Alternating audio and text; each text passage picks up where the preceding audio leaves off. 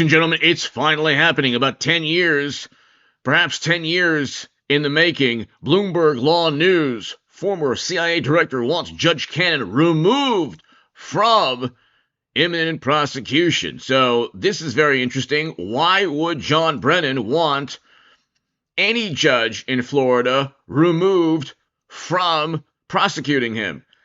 Or from overseeing an imminent indictment. Hit subscribe to this channel right now. John Brennan accuses Justice Department of possible irregularities. But the problem, however, is that he's the one who faces imminent indictment. And whether it's leaking to the press or judge shopping, that's what they did against Trump. Hit subscribe to this channel right now. CNN, Bloomberg. You have a Bloomberg article. Attorneys for Brennan asked Miami's chief federal judge to block the Justice Department from potentially prosecuting their client. Before Donald Trump favored federal judge Cannon, why would this judge be a favored judge? Did they say that any of the judges in New York were the Chuck Schumer or Letitia James favored judges? Of course not. In a highly unusual public letter, I read the public letter. It's very amusing. It accuses the DOJ of irregularities. But the problem, however, is that they have all the evidence. They have his handwritten notes. They've had his handwritten notes for like 5 years now. According to his handwritten notes, former Director Brennan subsequently briefed President Obama and other senior national intelligence officials, including the alleged approval by Hillary Clinton on July 26, 2016, of a proposal from one of her foreign policy advisors to vilify Donald Trump. This was literally in his handwritten notes. We have the ODNI evidence here. He's mentioned about 12 times within the newly declassified documents. And, oh, by the way, he's going to have to explain how Hillary Clinton personally approved a plan to share Trump-Russia allegations with press in 2016, according to her own campaign manager. In a court of law, he testified during the Durham trials. Anyway, or the Durham testimony. Hit subscribe to this channel. It's happening, ladies and gentlemen. To my super chat, thank you. Let's get started. The indictment essentially has already been written. For bad faith, deep state actors continue. Earlier today, the House Judiciary Committee Chairman Jim Jordan referred former CIA Director John Brennan to the DOJ for prosecution over allegations that he made false statements to Congress about his role in the Russia collusion hoax. In his letter, Jordan said, in part, quote, making false statements before Congress is a crime that undermines the integrity of the committee's constitutional duty to conduct oversight. Anyway, House Judiciary Committee Chairman Jim Jordan is with us with more. I've read your letter to Pam Bondi. It is a, wow, powerful prima facie case. He directly lied to Congress numerous times, and you believe you have the evidence. Yeah, you're not supposed to lie, Sean, but you're definitely not supposed to lie when you're under oath talking to Congress. And that's exactly what it looks like John Brennan did. He said he wasn't involved with the dossier at all. He said that to us under oath. He said he didn't want it included in the intelligence community assessment, the report that's put together. But then ODNI Director Tulsi Gabbard declassified a report that said just the opposite. In fact, John Brennan put in writing that he felt the dossier should be included in the report. And more importantly, when he was confronted by an individual who works at the CIA, and the individual said, Mr. Brennan, this dossier just doesn't hold up. There's not the underlying intelligence to support it. And Brennan's response was, yeah, but doesn't it ring true? Showing his true color, showing that he was out to get President Trump. So we think he lied. We think it's clear. And I'll be, Sean, I don't do a lot of these. I've done very few referrals. You got to have the evidence to do this. We think it's there. We think it is clear. We appreciate what Tulsi released and declassified that report. And that's why we sent it to the Justice Department. And we'll see what the Attorney General Bondi and Deputy Attorney General Blanche do with it now. They rejected the first intel assessment. Senior career intel officials at the CIA concluded there was no Trump-Russia collusion after the 2016 election. The declassified documents say Obama himself ordered it. And didn't they include, and didn't Brennan know, and wasn't he a part of the meeting that took place? they can't always fall back on plausible deniability. Well, we didn't know. Well, you knew. You were the CIA director, the FBI director, the director of national intelligence. All these people knew. You can't simply, if you read these foreign policy or lawfare or, national security, websites or blogs, or these journalists defending Comey and Brennan. Well, it was literally true. No, if Comey happened to state something that was literally true, it was in the context of a lie by omission, or deceiving the court, or within a deceptive testimony. They knew, for example, if you're talking about Comey, but John Brennan has handwritten notes, so does Comey, that they have. And this year, likely, potentially in January, but either January, February, March, within days or weeks, you're going to have John Brennan indicted. And then you're going to have Comey and eventually Hillary Clinton. There was a plot to set up Trump. People conspire to set up Trump. This is not difficult to understand. This has been 10 years in the making. Or it's been 10 years that we knew all of this. About a new intelligence assessment in this case? Yeah. They changed the report between Election Day 2016, Inauguration Day in January 2017. They changed it in December. And they changed it to say something that wasn't supported by the intelligence. And then, to make matters worse, they go up to Trump Tower on January 6, 2017, and brief the president on the dossier that they know is garbage. That someone in the CIA who's familiar with the underlying intelligence told Director Brennan, you shouldn't use this. It doesn't hold up. But his response again was, doesn't it ring true? We're going to go up, set up President Trump, and create the predicate for Mueller and all the other garbage they did in his first term. And I always point out, this is when it all began. And remember, Sean, with John Brennan, there's a pattern. We include this in our letter. I think he lied to Congressman Gowdy back in 2017 about this very subject. We include that. And the irony, of course, is he lied under oath to us when we were questioning him about a different issue. The 51 former intel officials who signed that garbage letter saying the Hunter Biden laptop was a Russian information operation, which was pure garbage. So there's a pattern with Mr. Brennan. We illustrate that. But the clear evidence where he violated 18 U.S.C. 1001, we believe, is when he made those statements, and then Director Gabbard, God bless her, released the declassified report that said something entirely different. All right, Jim Jordan, we'll follow this closely. Thank you. So, ladies and gentlemen, it's happening. If at this very moment, media has not addressed the overwhelming evidence that almost certainly exists that Brennan and others set up and framed Trump. Now, we know that Trump didn't work with Russia. We know there wasn't a shred of evidence, and any innuendo, or what about this, what about that? Well, what about the Uranium One deal? There is greater suspicion and ties to Russia within the Uranium One deal than anything that ever happened with Trump or Manafort or whatever. They keep pointing to Manafort, but it's like not one vote was altered, nor did Mueller have any evidence of even a campaign finance violation. Mueller had no evidence that Trump committed any crimes. It's in the beginning of the Mueller probe.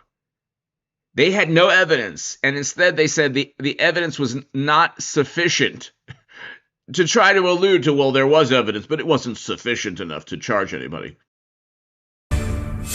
This is further evidence that Hillary Clinton approved the Russia hoax against President Trump. Her campaign financed it. Again, she approved it. And the FBI and the CIA were both weaponized to, as our director of CIA has said, accelerate this hoax against then candidate and former President Trump. By the way, Paul Bartlett in Australia, thank you so much, my friend. God bless you. Thank you. And to my super chat, thank you. Your support is greatly, greatly appreciated, Paul, and to my super chat. The declassified annex to the Durham report has been released, containing shocking evidence that suggests Hillary Clinton's campaign was the architect of the Russia hoax. And the Obama intel community, well, they knew all about it. Hi, everyone. I'm Joe Concha, along with Jerry Willis, Molly Line, Joey Jones, and this is the Big Weekend Show. The documents contain emails, allegedly, from the senior vice president of the George Soros Open Society Foundation. He quotes a Clinton campaign advisor saying, quote, "It will be a long-term affair," and to demonize Putin and Trump, and adds that, quote, "Later, the FBI will put more oil into the fire," unquote. Other emails reveal Hillary Clinton approved the idea of tying Trump and Russia to election interference. And that was a scheme hoping the allegations would distract people from her own email scandal. These documents provide clear evidence that Hillary Clinton's campaign was behind the Russia hoax and that the FBI knew what the Clinton team was up to, acknowledging that the info they were receiving about the Trump campaign may have come from the Clinton camp. Despite this, the Obama intel community forged ahead with their 2017 assessment, concluding that Russia aspired to help Trump win the election. So, joining us live for the big close-up is House Intelligence Committee Chairman Rick Crawford. Chairman Crawford. The real estate market is changing.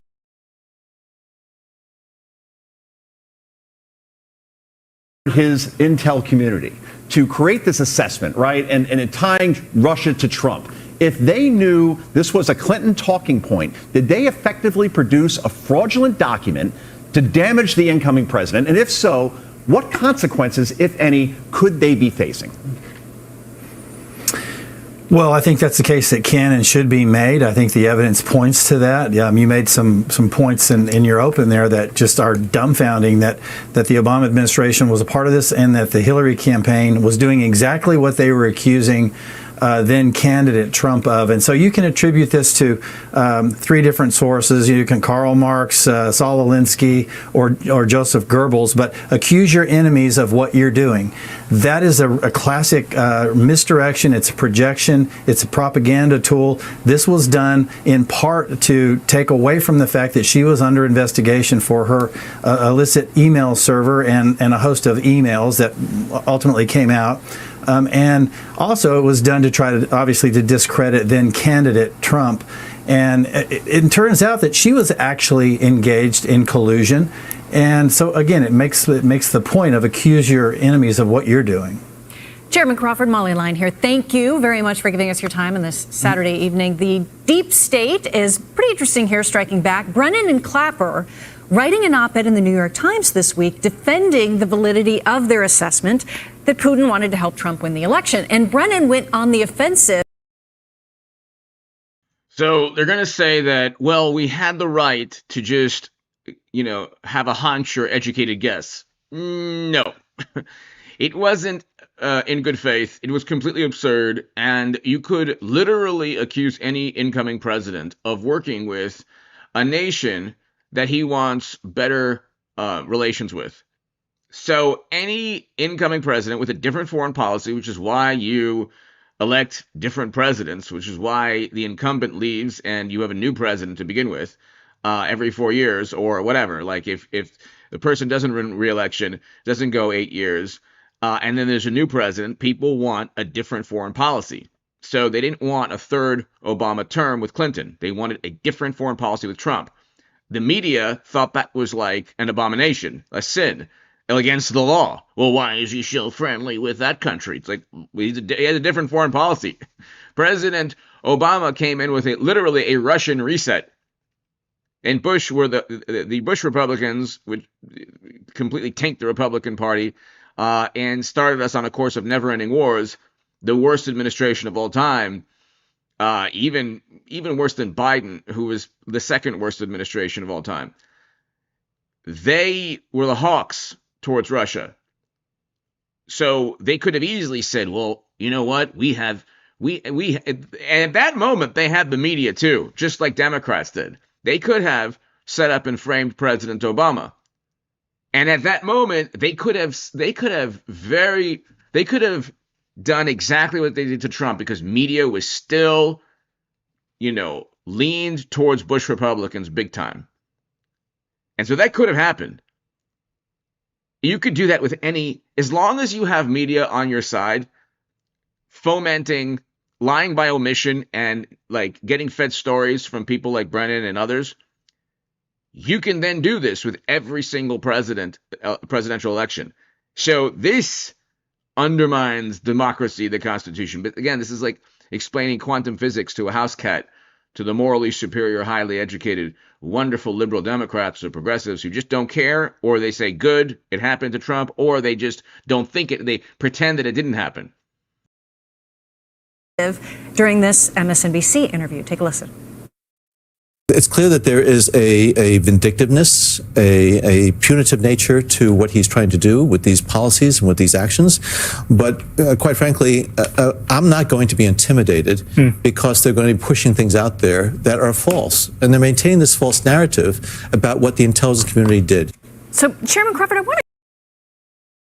So he's on MSNBC with Democrats, leftists, people to the left of center, progressives, people who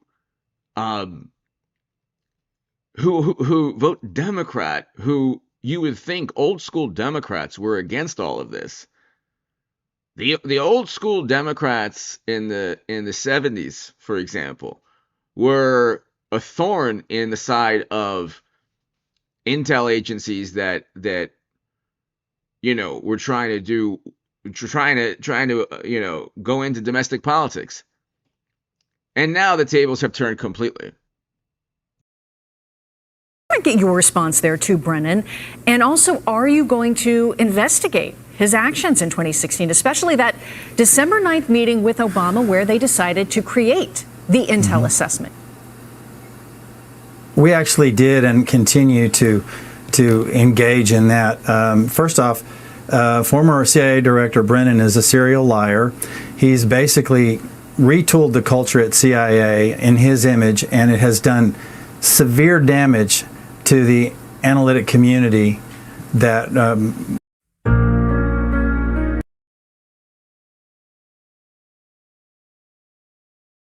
and other agencies of the intelligence community. This is a cultural shift, and he's responsible for it in large part. But the hubris that he displays, that this is a false narrative, that he's being accused, he engaged in a false narrative. He is responsible for the false narrative. And the real travesty here is that there are still people, despite the mountains of evidence that prove otherwise, because of his actions and others that helped him, and the media, there are still people to this day that actually believe what he said was true, that in fact President Trump was an asset of Russia. And that's the real disservice that he's done to the American people. One great big giant psyop, and he's responsible for it. So you can look up and hit subscribe to this channel right now. The Church Committee. Okay, Senator Frank Church. Idaho Senator Frank Church. 1975. Democrat. And this was to investigate abuses by the Central Intelligence, National Security, FBI, and other agencies. And they found a whole bunch of, the Church Committee found a whole bunch of criminality. And this was led by Democrats. And Democrats in the 70s literally were leading the charge against like terrible experiments and domestic spying, all these things. And now they have sold their soul to intel agencies. And it's just unbelievable. I mean, that's just one topic. You could talk about outsourcing with tariffs. Democrats are against tariffs. Why? They don't care about raising taxes.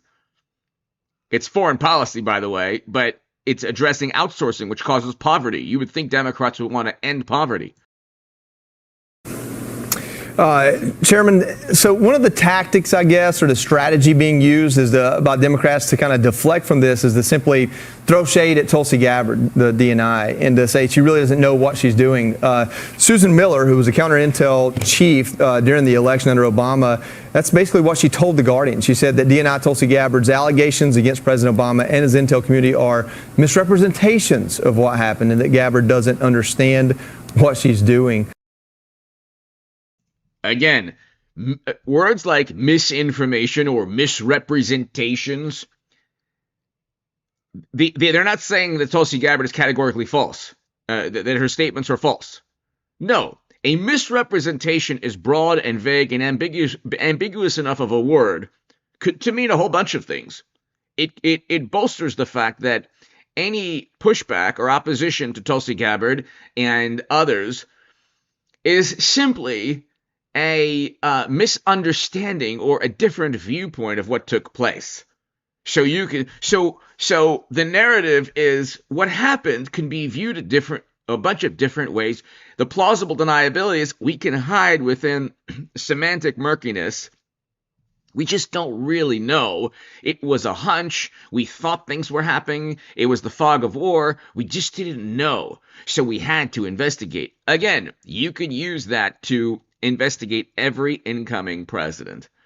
Every transfer of power can lead to a Mueller probe.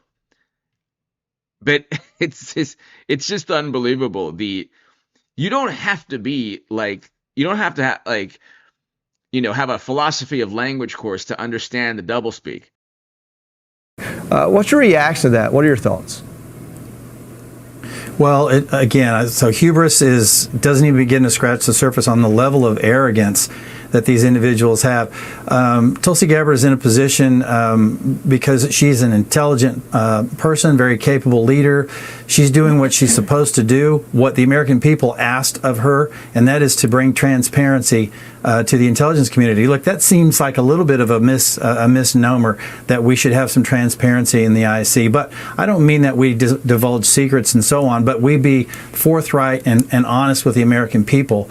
And the American people need to trust those people in the IC. They need to know that those folks are being honest and that they're doing the right thing. And for the most part, they are. But we've got some bad apples in there that's contributing to rot throughout the IC. And those individuals need to be named, shamed, and taken the appropriate action taken against them. And we can start at the very top with President Obama, Secretary of State, former Secretary of State Clinton,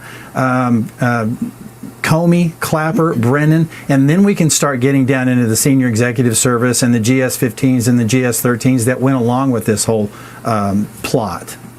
Wow, it's astonishing. Chairman Crawford, Jerry Willis here.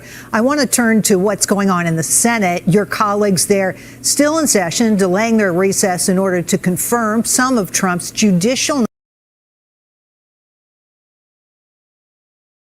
So all of this is going to take place this year, ladies and gentlemen. That's why, look, there's not that much buzz around this. It's all about Tim Walz now and some really surprising foreign policy events. The accountability is going to take place this year, almost certainly. Especially, there's the grand jury now in Florida, a region of the country that's very different from regions of the country that literally protect Democratic Party aligned government officials who set up and framed Trump or who potentially committed crimes. All right, we have a Fox News alert. James Brennan and James Comey are likely regretting going all in on the Russia hoax now because DOJ sources are telling Fox Digital that the FBI indeed has launched a criminal investigation into the former CIA director and former FBI director for potential wrongdoing related to the Trump-Russia probe and all the alleged false statements made to Congress. American Girl, thank you so much for watching for so many years. Thank you, American Girl. Happy New Year to you. And thank you so very much to my super chat. Thank you. Yes, sometimes the super chat or the ability to write, it's sometimes hit and miss, but I really want to thank you very, very much. And I will look at that comment in the super chat. Thank you. In the live chat. Thanks so much, American Girl. And to my super chat, thank you. Paul, thank you as always. The full scope of the investigation is unclear right now, but two sources describe the FBI's view of the duo's interactions as, quote, a conspiracy. Here to break it down, Jonathan Turley, George Washington University law prof and Fox News contributor. Trump for life, everybody here. Thank you. American Girl, Paul, thank you. Thanks, everybody, for the kind words. Jonathan, we've been hearing for some time about Brennan's alleged perjury over his role in the Steele dossier and the advancement of that, and perhaps understanding that that was not credible. Your reaction tonight to this stunning development? Well, it's obviously a major development. These are two of the top people in the American intelligence system. And there have been these long unanswered questions about what they told Congress. At points, they both seem to adopt the Sergeant Schultz approach of, I knew nothing. If only I knew, I would have done something. That didn't strike many as being very credible. Both of these tend to be somewhat of micromanagers. They take pride in the fact that they followed the details of their departments. And it all comes down particularly to a period in 2017, an intelligence community assessment, an ICA, that went out and viewed the Steele dossier, that infamous dossier funded by the Clinton campaign, as credible, and that in fact Steele was credible. They knew that was not true. The CIA had already said that it had great misgivings about the Steele dossier, even though the Clinton campaign was denying to reporters that it funded the dossier. It was in fact funded through the law firm of the Clinton that the Clinton campaign used. And so there's a lot of questions here as to why particularly Comey, for example, signed off on these FISA warrants, these secret court warrants to conduct this surveillance. The other thing, by the way, they knew very early on was that Carter Page, who was such a significant figure in the Steele dossier and the whole Russian hoax, was not only not a Russian spy, but was actually a CIA asset. So what they did to Carter Page, George Papadopoulos, General Michael Flynn, what they did to these people was set them up and frame them. And they did so with the help of media, with the help of, you could say, favored courts, which is what Brennan is trying to accuse a judge in Florida of being. And it's like everything they did was out in the open. And we knew of this. If you watch this channel years back, you can type in H.A. Goodman Federalist. You just type in on a search, H.A. Goodman Federalist. Okay, my writing in the Federalist was real time in 2019. You could see what was taking place. And in 2019, we knew all of this. We knew it in 2017, 2018. Everyone was being framed and set up. And media was complicit in all of this. And these were lies by omission. These were investigative actions taken to ensnare people and to entangle people in this web of lawfare.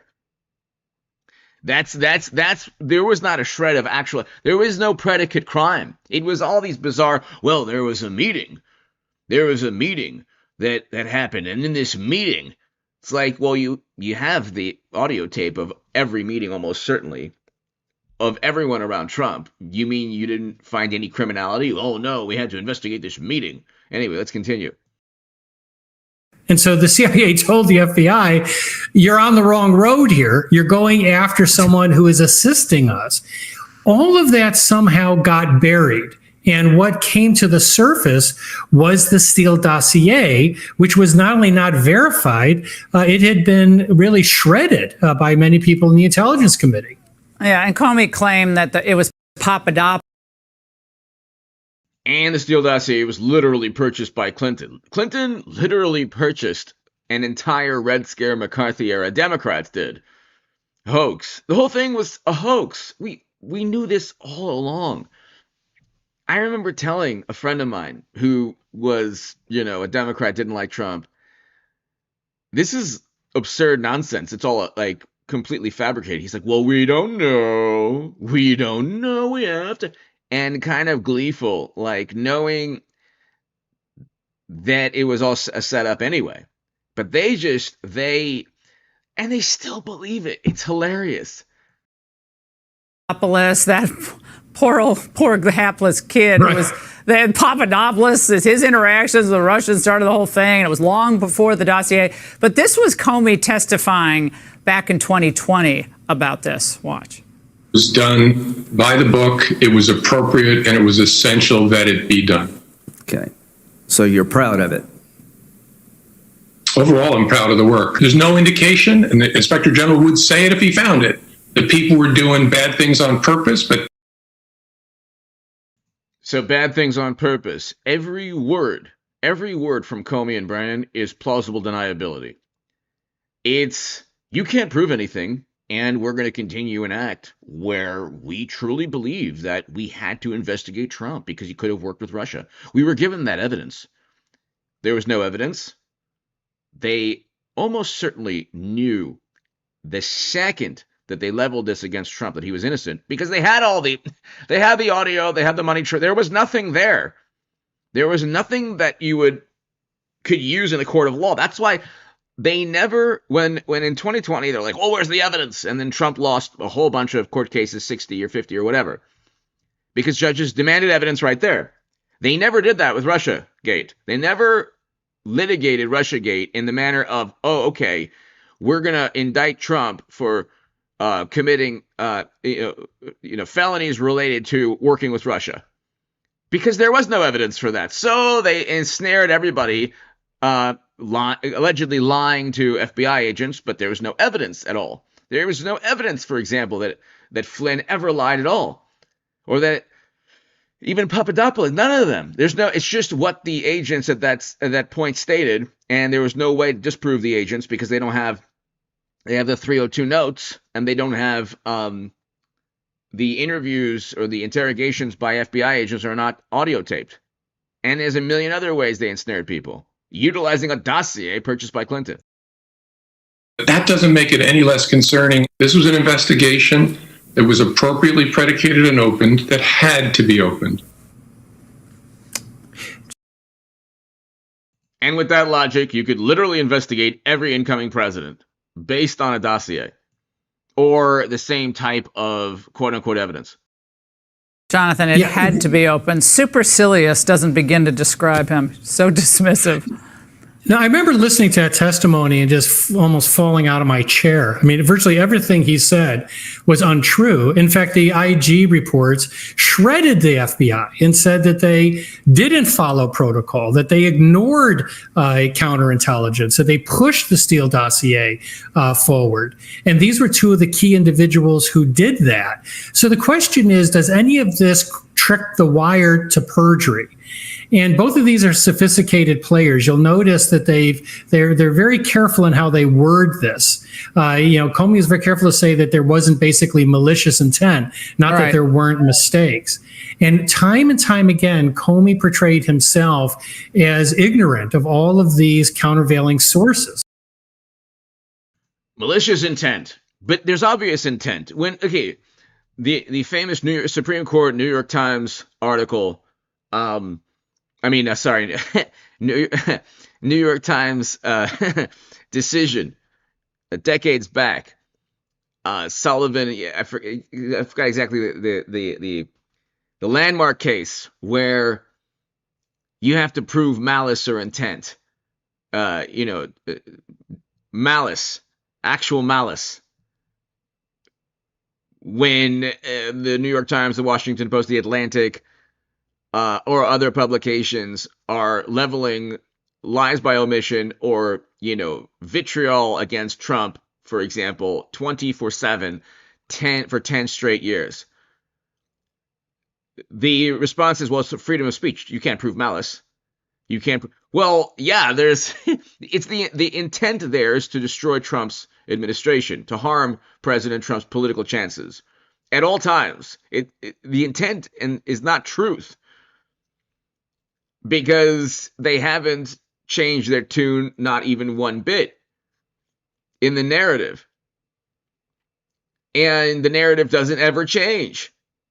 It's not, oh, look, Trump was innocent. It's, well, he should have been investigated anyway, even if he was innocent. And the dossier purchased by Clinton, so what? That had nothing to do with it. But initially, nobody knew the dossier was purchased by Clinton. So, the narrative changes but doesn't change ever. It's always to harm and go after Trump. And of course there's malice there.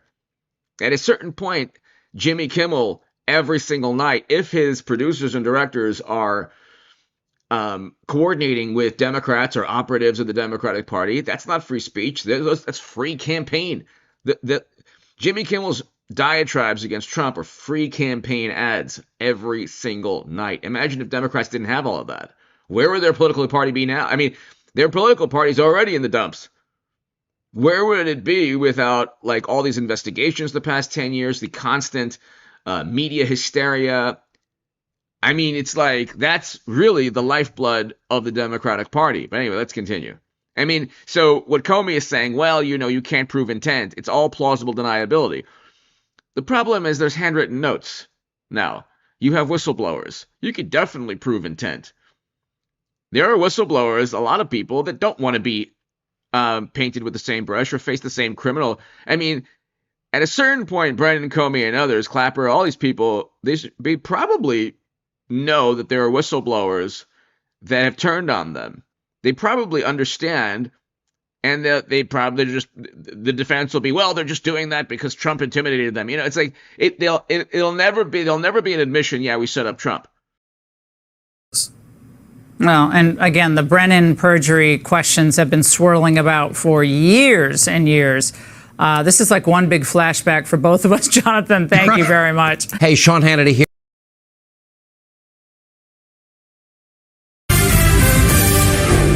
So on his very first day in office, President Trump signed an executive order announcing that the federal government would, quote, take appropriate action to correct past misconduct related to the weaponization of law enforcement and the weaponization of our intel community. And the response from media and Democrats is, but you're weaponizing law enforcement against us after we weaponized law enforcement against you. Can't you just forget about it? No person alive today knows what it's like to have the full force of the federal government turned against you better than Donald Trump.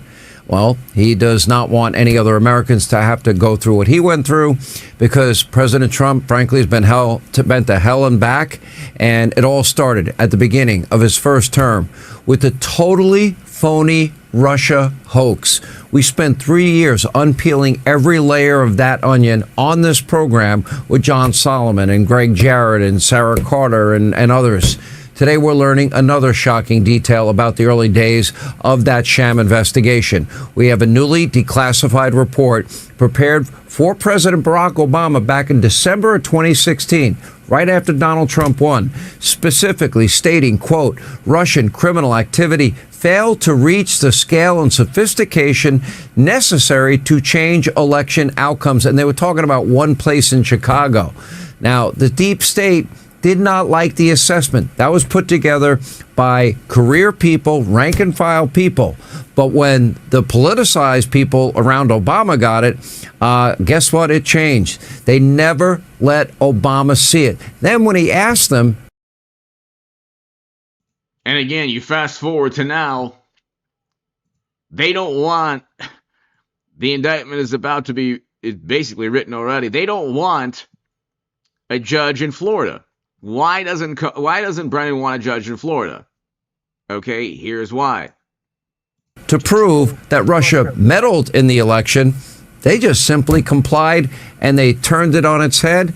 And frankly, in many ways, you can say they polluted what was real intelligence and they turned it into poison. And they did it to destroy one man. Is it any wonder that there are now reportedly criminal investigations, this conspiracy investigation by Kash Patel underway, and it specifically names Comey and Brennan. All right, here to give us all the details and bring us up to speed with reaction, the Director of National Intelligence, Tulsi Gabbard. She declassified this report yesterday, has many more details. You know, I have this creation of the Russia hoax that you put out on X, that you posted on X, and I'll put it up as you're speaking here. What is amazing to me as I've gone through this cache of documents you've released is they concluded just the opposite. They concluded there was no problem. And then all of it, that was the rank and file. These were career people in the intel community. They gave honest assessments. Then all of a sudden it ends up in the hands of the leadership the deep state, as we call them, and what happened to it. Can you explain what the process and what these documents reveal? Yeah, thank you so much, Sean. This is such an important issue, and I just want to start by saying that this is an issue that is important to every single one of us as Americans. This is not a partisan issue. It has to do with the integrity and the strength of our democratic republic. And it lays out this over 100 documents that you're referencing that I released, declassified and released, spells out in great detail exactly what happens when you have some of the most powerful people in our country directly leading at the helm, President Obama and his senior-most national security cabinet, James Comey, John Brennan, James Clapper, and Susan Rice and others, essentially making a very intentional decision to create this manufactured, politicized piece of intelligence with the objective of subverting the will of the American people, who in November of 2016 delivered a historic victory to President Trump, defeating Hillary Clinton. And President Obama and his team, their goal was to essentially not accept the decision of the American people and to use this manufactured, politicized intelligence as a means to enact what would become essentially a years-long coup against President Trump. You have gone into great detail over these years of what the effects of this document and this decision have resulted in. Obviously, a years-long Mueller investigation that cost taxpayers almost $40 million, 2 congressional impeachments, endless smears and attacks against not only President Trump, but his family. He had senior members of his team who were investigated, some arrested. And the whole thing was based on innuendo, conjecture, hyperbole, suspicion, and media was complicit because they would be fed stories by Comey and Brennan, almost certainly, and others. They would publish the stories. Courts would then read the stories. Judges would read the stories. And then when, for example, they wanted to surveil Trump's administration through FISA warrants, if an FBI lawyer wasn't literally doctoring the evidence within a FISA application, which is what one FBI lawyer did, Kleinsmith, they would say, look, it's public record. Look at this article in the New York Times, the Washington Post, public record. Of course you have to surveil Trump's account. And then the court would then renew a FISA warrant. Or they would say that this innocuous meeting was, we have evidence that you were trying to interfere and work with the Russians. Meanwhile, just a couple years before, there was a Uranium One deal where 20% of U.S. uranium capacity was eventually sold to a company that was then sold to the state of the Russian state. Okay, Putin literally at one point owned uranium mines in the U.S., and that was under President Obama's administration. This is after millions were sent to the Clinton Foundation from a company that facilitated the business deal. You can't even make this up.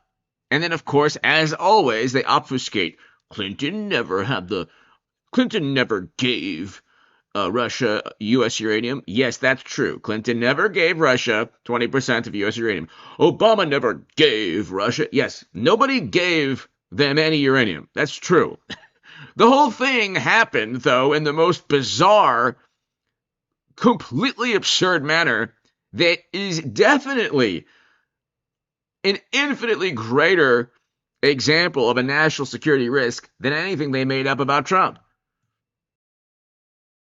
And jailed. We had heightened and increased tensions between the United States and Russia. The list goes on and on about the consequences of President Obama and his senior cabinet members politicizing intelligence once again, and I say these words very clearly, to enact what was essentially a years-long coup, subverting the will of the American people in that election in November. Now, you referenced this President's Daily Brief document that was drafted for President Obama in early December that reaffirmed what the intelligence community professionals, as you say, had been assessing for the previous 6 months leading up to the election, which was that Russia neither had the intent nor capability to essentially hack the outcome of the U.S. election.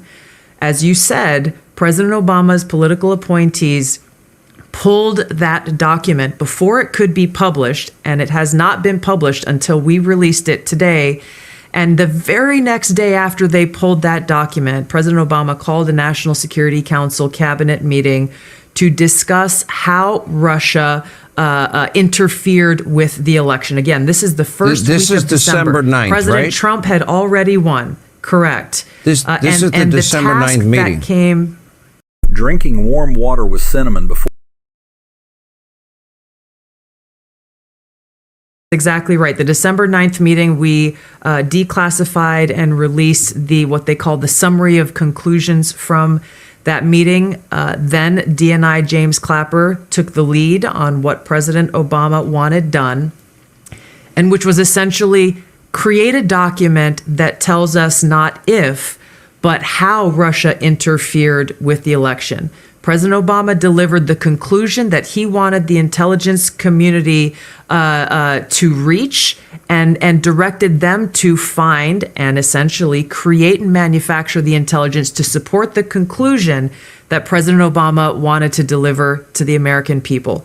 Once that document was drafted, the deep state kicked into gear and did what they usually do. They started leaking this classified information out to their friends at the Washington Post and others who are working hand in glove with the deep state to lay the groundwork for the assessment that they eventually released that served as the basis once again for this years-long coup with the goal of trying to subvert the American people's will and usurp President Trump from being able to deliver on the mandate that the American people gave to him when they chose to elect him as president of the United States. And again, they can't really, at a certain point, the plausible deniability falls apart. This is CNN. Hillary Clinton personally approved, 2022, personally approved a plan. Campaign manager testified, not just says. The campaign manager is under oath, testifying that Clinton approved the plan. We already have a handwritten note from Brennan. There's a handwritten note of Brennan, according to the Senate committee, the Judiciary Committee, that Lindsey Graham had in 2020. There's a handwritten note that said that he was talking about Clinton, a Clinton plan. That other intel agencies knew of a Clinton plan to set up and frame Trump. So you have a handwritten note years before Clinton, her campaign manager literally legitimizes the handwritten note of Brennan years earlier by stating under oath that she had a personal plan to share Trump-Russia allegation with the press. The whole thing. And then, of course, she pushes the Steele dossier. You don't have to. Then you have whistleblowers, according to Tulsi Gabbard and others. So this is not different. At what point does any court, especially in Florida, at what point do they acknowledge that, of course, there was malice and intent? The entire 10 years has been, you can't catch us, you don't know. Well, how did Biden win the next day? Well, you don't know, we don't know. We investigated, we can't find anything. No, there was no FBI investigation. If there was, it would be a different, there were no investigations to obtain evidence. He lost court cases. Yeah, the Mueller probe proved nothing. You didn't even get to a court case with the Mueller probe. And so, the whole past 10 years have been lies by omission, and plausible deniability in overdrive. So you had career intel people that came to a conclusion that, in fact, Russia did not interfere, that it had no impact. And they didn't like the assessment, and they have this meeting with President Obama at the time, and they make the decision, a very conscious decision, to pervert real intelligence, turn it into phony intelligence, but also simultaneously something else was happening. And James Comey, for example, was warned about the Russian disinformation dossier that was paid for by Hillary Clinton. He was warned not to trust it, but it became the bulk of information for not one but four separate FISA warrants, ruined Carter Page's life, but also backdoored an ability for them to spy on President Trump, candidate Trump, and transition team Trump. Nobody was ever held accountable for that either. Now, to me, it sounds like you have appointed, powerful bureaucrats that just flat out created a narrative that was false to undermine a duly elected president. Now, if that's not a grand conspiracy, I don't know what would be. Do you see crimes here? That's the sound of an American oil company.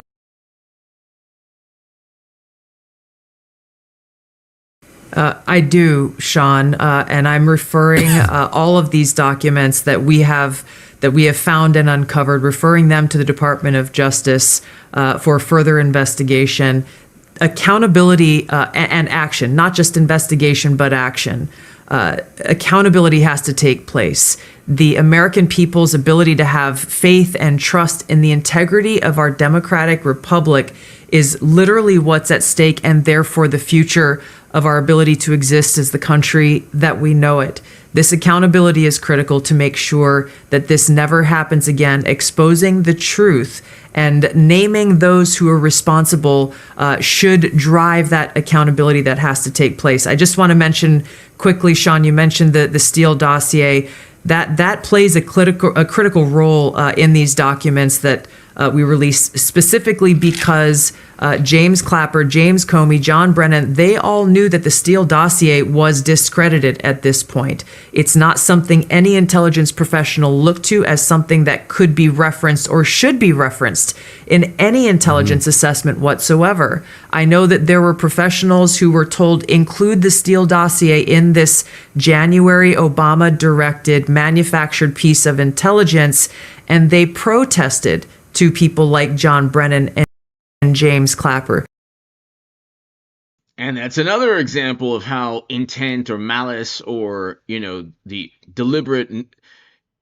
intent to set up and frame Trump, the deliberate nature, the malice involved, the willingness or the intention to commit crimes, it's a crime to set up and frame people. They intended to set up and frame Trump. We know that because senior intel officials said, hey, this is complete nonsense. The whole thing is completely outlandish. Not one vote was altered, and people say like Russia interfered. Oh, how did they interfere? Well, the DNC emails. Well, what did the DNC emails show? Oh, well, they showed that Clinton and the DNC cheated Bernie Sanders. Well, why is that bad? Well, obviously, it's political dirt. Well, did the Republicans do that? No. Well, they do the same thing. Like, well, okay. Apparently they were hacked also, but nothing came of it. So the Democrats were cheating Bernie Sanders. Yeah, well, the timing was interesting. Yeah, well, go back in time. Not one Democrat on Twitter. I had a Twitter account back then. I don't since late 2018. I don't have a Twitter, Facebook, nothing, Instagram, nothing. They were beyond confident. The Democrats, the liberal Democrats, despised Bernie Sanders support. I was the biggest Bernie Sanders booster on the internet, according to the Huffington Post that time. And now, obviously, conservative on most things, love President Trump because he's a great president. That's why he won 77 million Americans. But anyway, they never thought they would lose. And so the idea, the fabricated hoax that Russia interfered, if there was any evidence of interference, it would have been try to find an article.